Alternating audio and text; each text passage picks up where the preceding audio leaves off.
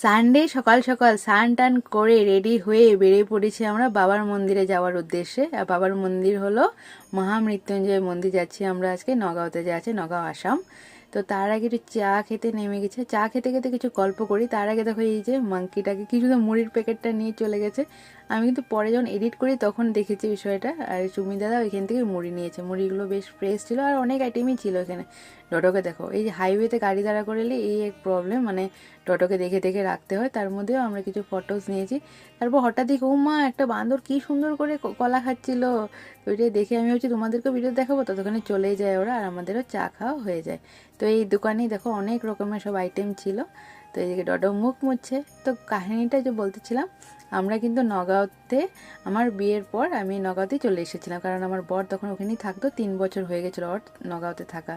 তো আমি বিয়ের পর 2 ইয়ার্স নগাঁওতেই ছিলাম। তখনই মহামৃত্যুঞ্জয় মন্দির বানানো হচ্ছিল, তখন থেকে এসে এসে দেখে যেতাম। আগে তো মহামৃত্যুঞ্জয় ছোট্ট মন্দির ছিল, পরেই এই মন্দির এত বড় হয়। এত তখন যখন বানায় তখন থেকে এই মন্দিরের সাথে আমাদের মানে যাওয়া আসা ছিলই। আর বাবাকে যতই দেখি ততই মনটা ভরে যায়। হর হর মহাদেব। গুয়াহাটি থেকে আমরা রওনা দিয়েছিলাম মোটামুটি 9টা 15 নাগাদ। আর ওই তো মন্দিরে পৌঁছাতে পৌঁছাতে আমাদের 12টা 15 মতো বেজে গেছে।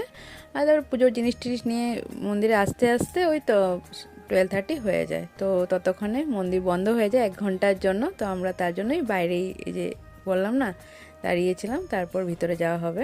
মহামৃত্যুঞ্জয় মন্দিরের মেন মানুষ এই যে ইনি, দেখো কি সুন্দর করে মন্দিরের মতো বানিয়ে রাখা আছে। ভালো লাগছিল এটা। লাস্ট টাইম যখন এসেছি তখন দেখিনি।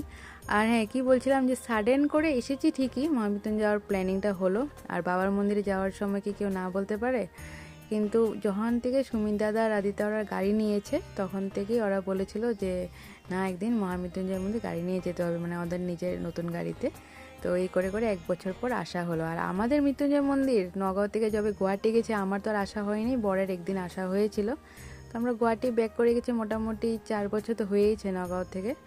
তো এতদিন পর বাবার মন্দিরে আসলাম, সত্যি অনেক বেশি ভালো লাগছিল আমার এসে। আর এই যে দেখো এখানে অনেক গায়ে যে সব ছেড়ে দিয়েছে আর কি, কিন্তু বেশি টাইমের জন্য ছিল না।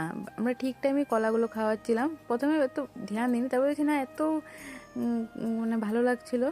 তো কিছুক্ষণ পরে আবার ওদেরকে নিয়ে চলে যায়।